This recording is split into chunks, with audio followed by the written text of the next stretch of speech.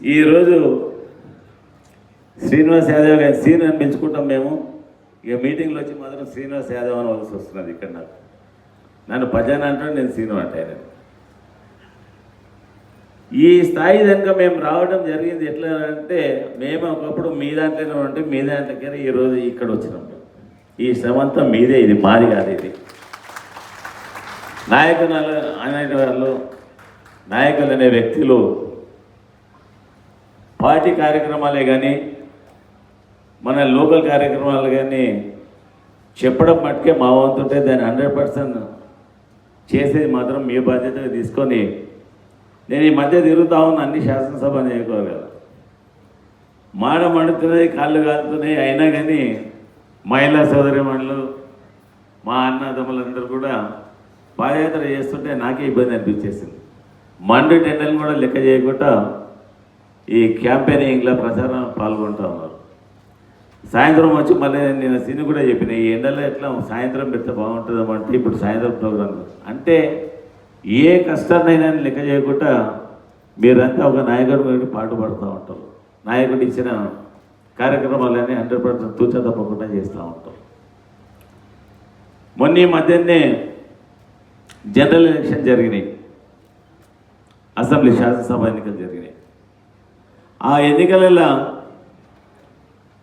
BJP party కంటే 2,58,000 ఓట్లు మనం ఎక్కువ ఉన్నాం. టీఆర్ఎస్ పార్టీ ఇంత అంత కాదు, 10,000 20,000 కాదు, 2,58,000 అంటే వాళ్ళకంటే లీడ్లో ఉన్నాం మనం.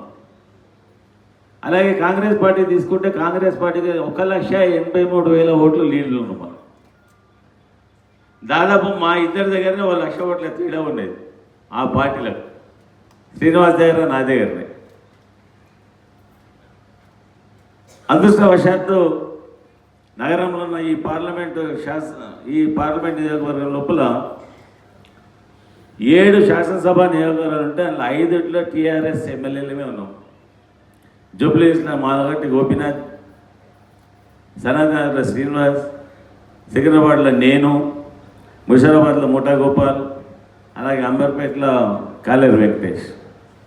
ఈ ఎమ్మెల్యేలలో ఎవరు కూడా తక్కువ పని చేస్తూ లేరు.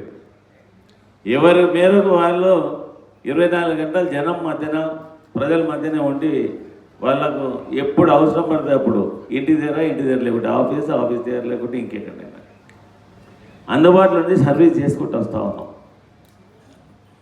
ఇక కిషన్ రెడ్డి గారు, నేను ప్రాంతానికి ఎమ్మెల్యే సికింద్రాబాద్కు. మొన్న ఈ మధ్యనే కేసీఆర్ గారి సమక్షంలో మేమంతా ఎమ్మెల్యేలు అంతా కూర్చో ఉన్నాం. నా దగ్గర సికింద్రాబాద్లో చేయలేదేమో, కనీసం మళ్ళీ ఇక్కడ శాసనసభ నియోజకవర్గాలు బాగా పనిచేస్తున్నామని ఒక్కో ఎమ్మెల్యే అందరిని అడుగుతా పోయినాయి. శ్రీనివాస్ని అడిగిన, నీ దగ్గర ఏమేమి చేసాడు డెవలప్మెంట్ వర్క్స్? ఏమీ చేయలేదు. పేరున మాగంటి గోపీనాథ్ దగ్గర, ఇక్కడ ముషిరాబాద్లో, అంబర్పేటలో ఆఖరి చెప్పిన నా దగ్గర కూడా ఏం చేయలేదు. ఒక గొప్ప పని మాత్రం కిషన్ రెడ్డి గారు చేశారు. ఏం గొప్ప పని అంటే, ఈ 5 సంవత్సరాల లోపల ఎంపీ నిధులు 25 కోట్లు వచ్చినాయి. ఆ 25 కోట్ల ఫండ్స్ మాత్రం ల్యాబ్స్ అయిపోయినాయి. ఇటువంటి పార్లమెంట్ మెంబర్లు మాత్రం మేము ఇప్పటివరకు చూడలేదు.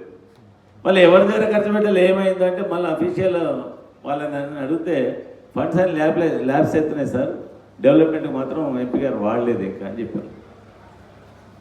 అటువంటి ఘన చరిత్ర బీజేపీ ఎంపీ గారు. ఇక ఆయనకంటూ ప్రత్యేకంగా ఇప్పుడు నేనే కానీ శ్రీనివాసే కానీ ఓటర్స్ దగ్గర పోయినప్పుడు ఓటర్స్ దగ్గర అప్పీల్ ఎట్లా చేస్తారంటే, మేము ఇది చేసాం అది చేసాం, ఖచ్చితంగా మీకు ఉపయోగానికి వచ్చినాం, మీ సమస్యల పరిష్కారం చేసాం, మాకు ఓటు ఏంటని డిమాండ్ చేసి అడిగే సత్తా మాకున్నది. ఇక ఆయనకు ఒకటే ఉన్నది, ఆయన జై శ్రీరామ్ మోదీ, ఈ 2 తప్ప నేనేమన్నా చేసినా నాకు ఓటు ఏంటని అడిగే సత్తా మాత్రం ఆ వ్యక్తికి లేదు. ఇక దానం నాగేందర్, ఆయన పేరు తీసుకుంటే సిగ్గు అనిపిస్తూ ఉంటుంది. గతంలో ఒకసారి టీడీపీ నుండి ఎమ్మెల్యేగా ఆసిఫ్ నగర్ నుండి గెలవడం జరిగింది ఆయన. దాని వెంటనే 3-4 మాసాల లోపల ఎన్నికల ప్రభుత్వం, కాంగ్రెస్ ప్రభుత్వం రావడం జరిగింది. అక్కడ టీడీపీ వాళ్ళంతా శ్రమపడి ఆ కార్యకర్త కృషి ఫలితంతో ఎమ్మెల్యే అయితే అందరికీ ఇమీడియట్గా కాంగ్రెస్ పార్టీలోకి జాయిన్ అయ్యాను.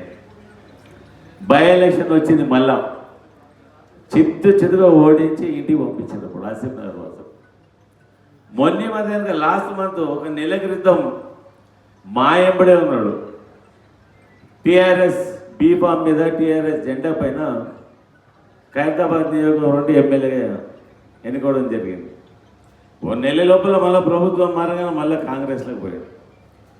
బహుశా మెంబర్షిప్ కూడా డిజాల్వ్ అవుతుందాం అనుకుంటా. సిద్ధే చెప్తుండే ఈ పార్లమెంట్ ఎలక్షన్ కాగానే ఉండే ఆస్కారం లేదు, మెంబర్షిప్ కూడా డిజాల్వ్ అవుతుందని చెప్పేసి మొన్న ఈ మధ్య డిమాండ్ చేసాం, రాజీనామా చేసి పార్లమెంట్ మెంబర్గా ఎన్నికల బరిలోకి రమ్మంటే రాజీనామా మాత్రం చేయలేను, ఎమ్మెల్యేగా ఉండి మళ్ళీ పార్లమెంట్కి ఎలక్షన్ కొట్లాడతానని చెప్పి వాళ్ళ కాంగ్రెస్ పార్టీ వాళ్ళు కూడా అడిగిరట. అక్కడ రాజీనామా చేసేసరా చేయనని అంటుడు. అంటే ఆయనకు నమ్మకం లేదనుకుంటా బహుశా ఈ పార్లమెంట్ ఎన్నికల్లో గెలుస్తానని చెప్పేసి. అంటే తెలంగాణలో సామెతలు బాగుంటాయి, ఏమనుకోవద్దమ్మా. రాజీనామా చేస్తే ఉన్నది పోతుంది, ఉంచుకున్నది పోతుంది అన్నాడు. మళ్ళీ నా పరిస్థితి ఏమైతుందని ఎమ్మెల్యే నా రాజీనామా మాత్రం చేయను అంటున్నాడు. ఆయన పరిస్థితి అది.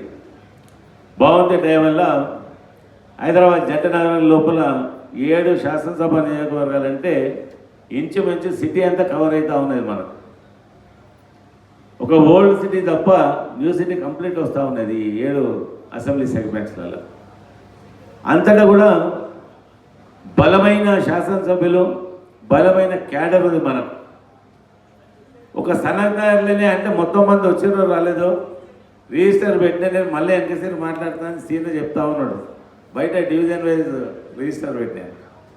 ఇంతమంది కార్యకర్తల బలం ఒక్క శాసనసభ నియోజకవర్గం ఉంటే ఎంటైర్ పార్లమెంట్లో 7 శాసనసభ నియోజకవర్గం మన బలమంతా మనమంతా ఓటర్స్ పోయినామంటే ఇక మళ్ళీ మన తప్ప వేరే క్యాండిడేట్ ఎవరు వేరే పార్టీ కార్యకర్తనే కనిపించాడు. ఇక మనకు ఎక్కడ చూసినా ఈ టీఆర్ఎస్ బంధువులు బలగమే కనిపిస్తుంటారు. ఎంత శక్తివంతమైన పకడ్బందీ అయిన ఆర్గనైజేషన్ మన టీఆర్ఎస్. నో డౌట్ ఎన్నికలలో వస్తూ ఉంటాయి. మేము కూడా చాలా సందర్భాల్లో చాలా ప్రభుత్వాలను చూసినాం. ఒక 10-12 సంవత్సరాలు కాగానే ప్రభుత్వాలు మారుతుంటాయి, మళ్ళీ అవే ప్రభుత్వాలు మళ్ళీ వస్తూ ఉంటాయి. మొన్న కనుక 10 సంవత్సరాలు కనుక మనం అధికారంలోనూ కాంగ్రెస్ ప్రతిపక్షం అంటే చెప్పుకోలేని విధంగా ఆ స్థాయిలో కాంగ్రెస్ ప్రతిపక్షంలో ఉండే. ఈసారి అసెంబ్లీలో మనం తక్కువ లేము. మనం 39 మంది ఎమ్మెల్యేలు ఉన్నారు. ఈ 39 మంది కూడా డైనామిక్ ఎమ్మెల్యేలే ఉన్నారు మన అసెంబ్లీలో. ఓ దుర్మార్గుడు ఒకటి అలా నాగేంద్ర అటువంటి వాళ్ళు పార్టీ మార్చి మళ్ళీ ఇంకో దాంట్లో పోయారు. దాంట్లో మనకు వచ్చిన నష్టం ఏం లేదు. గ్యారంటీగా